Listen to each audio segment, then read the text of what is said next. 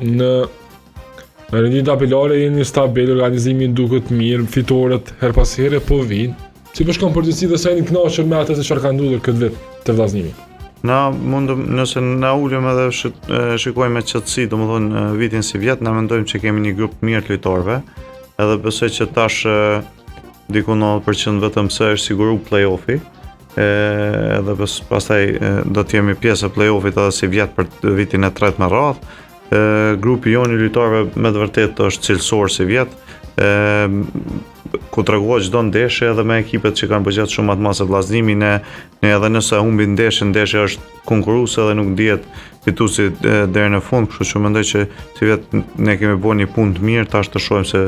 si do të përmbyllet ky vit. Po sa është e vështirë zoti Bakia me pas një organizim të mirëfillt në basketbollin kosovar vendor, domethënë ju tash jeni një pjesë, tash një kohë gjatë. Po tash ky është viti 5 i imi që jam pjesë e klubit vllazënimit i kyçur direkt në angazhim në kryesi.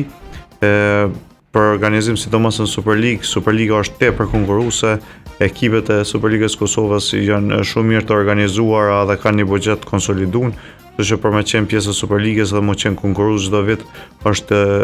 kërkon shumë energji, shumë organizim të mirë dhe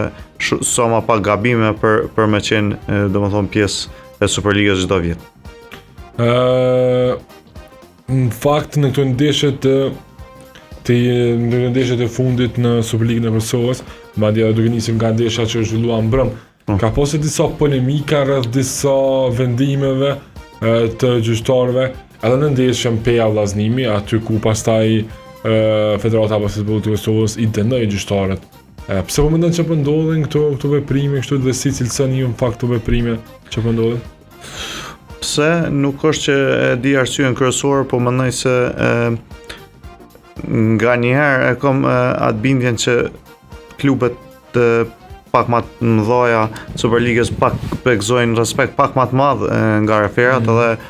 po marrin disa vendime që dëmtojnë klubin tonë. Këto xhirot e fundit kanë qenë me të vërtetë çuditshme, duke nisur nga ajo loja me Pejen ku në sekondat e fundit mendoj që kanë qenë 4 vendime që kanë dëmtuar rezultatin direkt. Ajo u po edhe me dënimin e referave. Unë s'mendoj që ata nga njerë më duke që po binë presion, po prapë është dëmtimi shumë i madh. Ne si klub domethënë bëhet një punë shumë e madhe për me organizu një klub, edhe tash referat me të vërtetë kanë një përgjegjësi shumë të madhe, po duhet me kuptu edhe klubet cilat mundohen shumë, secila kryesi e Superligës e bën një punë shkëlqyeshme, janë klubet organizuar mirë dhe unë bashkë me kolegët tonë, domethënë kryesi të tjerë, ne duam vetëm të jemi korrekt, domethënë. As klubi jonë, as klubet tjera, as mendoj që lupim preferenca, le të fitojmë mirë në fushë, po nuk duhet që referat të jenë protagonist kryesor. Loja me Pejen ka qenë çuditshme, po neve loja me Pejen na ka ndikuar dhe lojën me Bashkimin, sepse pas ndeshjes është suspenduar lojtari jon Helms, që është një lojtar shumë i rëndësishëm për ekipin tonë, që na ka dëmtuar direkt me Bashkimin, kështu që loja me Pejen i ka pas dy dëmtime, them ashtu, për klubin tonë, edhe mendojmë që kjo mas shumë e dëmton basketbollin, edhe tash do të më ulna si klube dhe si federat, të shohim se çka mund me bëu për me ecë përpara. A keni pas komunikim në fakt që po ndërpreset e Bakia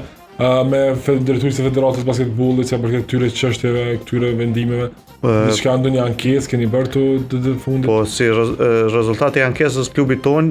janë suspenduar referat. Po tash do të më thonë se unë jam këto që disa muaj unë jam edhe pjesë e bordit të federatës, kështu që në njëjtën kohë kur ta kritikoj federatën e kritikoj edhe veten, edhe mendoj që na mundem pak më mirë me bu. Unë mendoj që referat tonë nuk është që kemi disa referat cilësor, tash duhet na me shiku se si mundën, ndoshta më ek pak presionin aty në që ata me i marrë vendimet e sakta edhe të mira. Ka disa problematika që unë mendoj që duhet me bu më mirë, edhe me lonë që kush është më i mirë në fushë me fitu lojën.